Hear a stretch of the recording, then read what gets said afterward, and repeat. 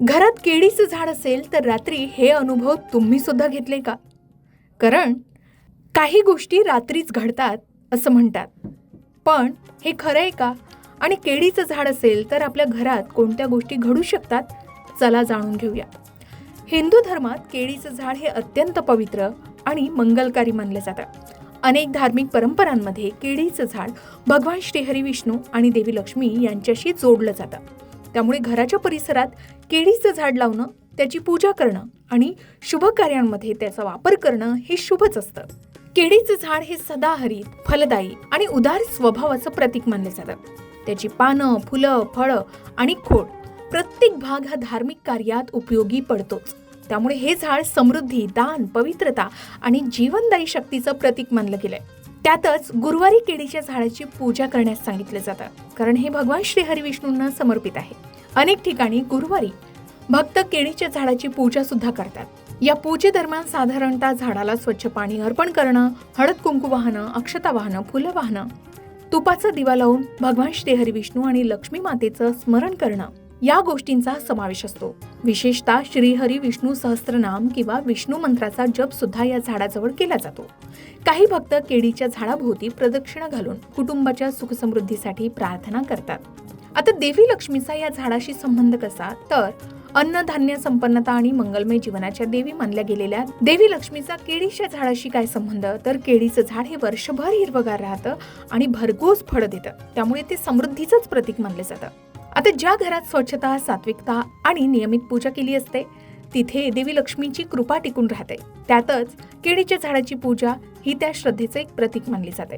आता भगवान श्रीहरी विष्णूंना समर्पित असलेलं केळीचं झाड, आपण त्या झाडाची पूजा केली तर भगवान श्रीहरी विष्णूंना प्रसन्न करण्यासाठी मदत होतेच. पण भगवान श्रीहरी विष्णूंना प्रसन्न केलं तर माता लक्ष्मी सुद्धा आपोआप प्रसन्न होते अशी मान्यता असल्याचं सांगितलं जातं. आता काही भागात विवाहात विलंब होत असल्यास किंवा योग्य जोडीदार मिळण्यासाठी गुरुवारी भगवान श्रीहरी विष्णूंची आणि केळीच्या झाडाची पूजा करण्याची परंपरा आहे. या पूजेमुळे मनशांती, श्रद्धा आणि सकारात्मकता वाढते अशी लोकमान्यता आहे. मात्र यामुळे विवाह निश्चित होतो का? असा कोणताही वैज्ञानिक किंवा निश्चित धार्मिक नियम नसल्याचंही सांगितलं जातं. पण आपापल्या भागातील श्रद्धा, प्रथा, परंपरेनुसार अनेक जण ही पूजा करत असतात. आता अनेक संस्कृतीत अनेक शुभ कार्यामध्ये केळीचा वापर केला जातो. जसे विवाह मंडपाच्या प्रवेशद्वारी आपण बघितलं असेल, केळीचे खांब उभारले जातात. पूजेसाठी नैवेद्य आणि प्रसाद हा केळीच्या पानांवर अर्पण केला जातो. एवढंच नाही तर गृहप्रवेश, सत्यनारायण पूजा, गणेशोत्सव आणि इतर धार्मिक विधींमध्ये केळीचं पान शुभ मानलं जातं. केळीचं फळ देवाला नैवेद्य म्हणून सुद्धा अर्पण केलं जातं. आता महत्त्वाचं म्हणजे केळीचं झाड हे घरात लावल्यानं धनवर्षाव होतो असाही काही जणांचा विश्वास आहे. आता या झाडामुळे सर्व समस्या आपोआप दूर होतात का? तर असाही कोणता पुरावा नाही. हे महत्त्व प्रामुख्याने धार्मिक श्रद्धा, परंपरा आणि सांस्कृतिक मान्यतांवर आधारित आहे. श्रद्धेसोबत जर सदाचार, परिश्रम, प्रामाणिकपणा आणि सकारात्मक आचरण केलं तर त्याला तितकंच महत्त्व आहे. आता केळीचं झाड घड येत असताना झाडातून रडल्यासारखे आवाज येतात अशी लोकश्रद्धा आहे आणि या गोष्टी रात्रीच घडतात. आधी सांगितल्याप्रमाणे केळीचं झाड आपल्या घरामध्ये असेल तर काही गोष्टी घडू शकतात असं म्हटलं जातं. तर त्या कोणत्या गोष्टी आहे? तर भारतात अनेक झाडांबाबत विविध लोकश्रद्धा प्रचलित आहे.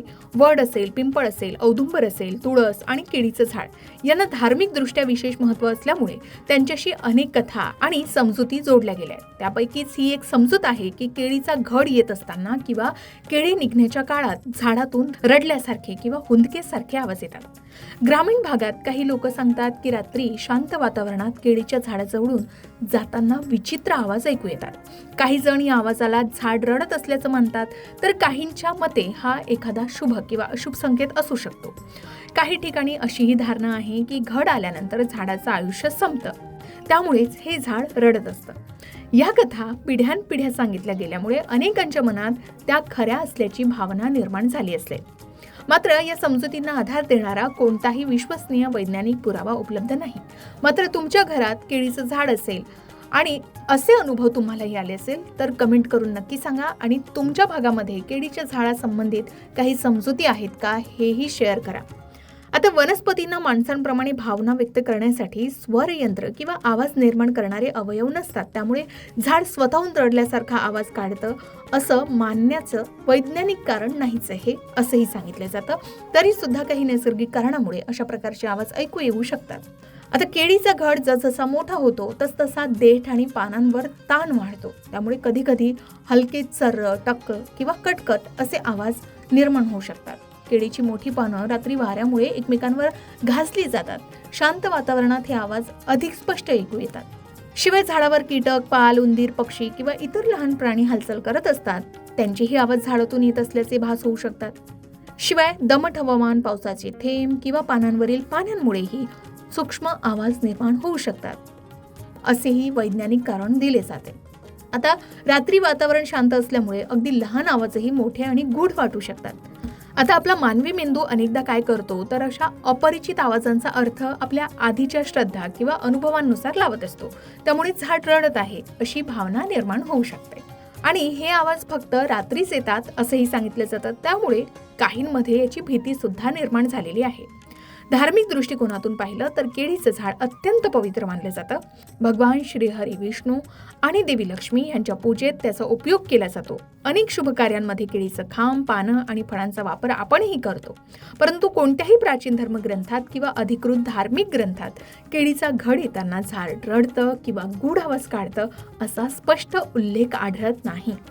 ही प्रामुख्याने लोकपरंपरेतून आलेली समजूत असल्याचं सांगितलं जातं. मग केळीचा घड येत असताना झाडातून रडल्यासारखे आवाज येतात हा विषय लोकश्रद्धेचा भाग असू शकतो. काही नैसर्गिक आवाजांमुळे लोकांना असा अनुभव सुद्धा येऊ शकतो.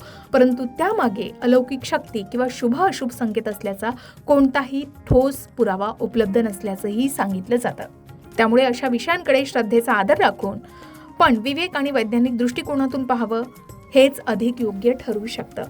याबद्दल तुम्हाला काय वाटतं कमेंट करून नक्की सांगा. आणि तुमच्या घरात सुद्धा केळीचं झाड आहे का आणि यामुळे तुम्हाला कोणते अनुभव आलेत हेही शेअर करायला विसरू नका.